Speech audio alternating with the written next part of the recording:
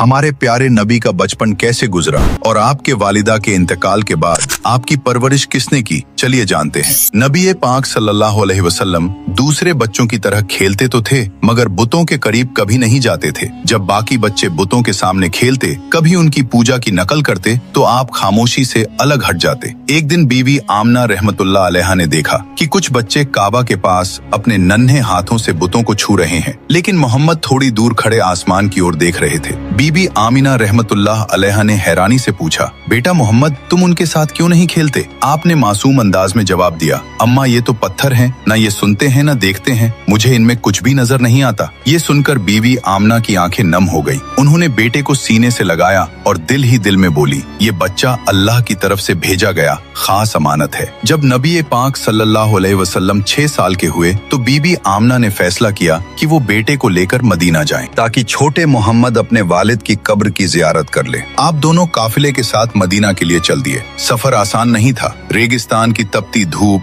ऊंटों की सवारी और लंबी दूरी, मगर मोहम्मद सल्लल्लाहु अलैहि वसल्लम की आंखों में अजीब सा सब्र और हौसला था। वे मदीना में तकरीबन 1 महीने ठहरे। रिश्तेदारों से मुलाकात हुई। जब वालिद के कब्र पर पहुंचे तो बीबी आमना ने कहा, बेटा यही तुम्हारे वालिद की कब्र है, वो तुमसे बहुत मोहब्बत करते थे। हुजूर सल्लल्लाहु अलैहि वसल्लम खामोशी से कब्र के पास खड़े रहे। मासूम आंखों से आंसू बहते रहे मगर जुबान से कोई लफ्ज न निकला। मदीना से वापसी पर काफिला अब्वा नाम की जगह पहुंचा। वहीं अचानक बीबी आमीना रहमतुल्लाह अलैहा बीमार पड़ गई। बीमारी इतनी बढ़ गई कि चलना फिरना भी मुश्किल हो गया। उन्होंने अपने बेटे को सीने से और कहा, बेटा मोहम्मद, शायद अब मैं तुम्हारे साथ न रह सकूं, मगर याद रखना तुम कभी अकेले हो, अल्लाह तुम्हारे साथ है। तुम्हें वो जिम्मेदारी मिलेगी जो दुनिया में आज तक किसी और को नहीं मिली। 6 साल के छोटे मोहम्मद सल्लल्लाहु अलैहि वसल्लम की आंखों से आंसू बह रहे थे। कुछ ही देर के बाद बीबी आमना रहमतुल्लाह अलैहा की रूह परवाज कर गई। हुजूर सल्लल्लाहु अलैहि वसल्लम की आंखों से आंसू थम नहीं रहे थे। काफिले वालों ने आपको वापस मक्का पहुंचाया और आपके दादा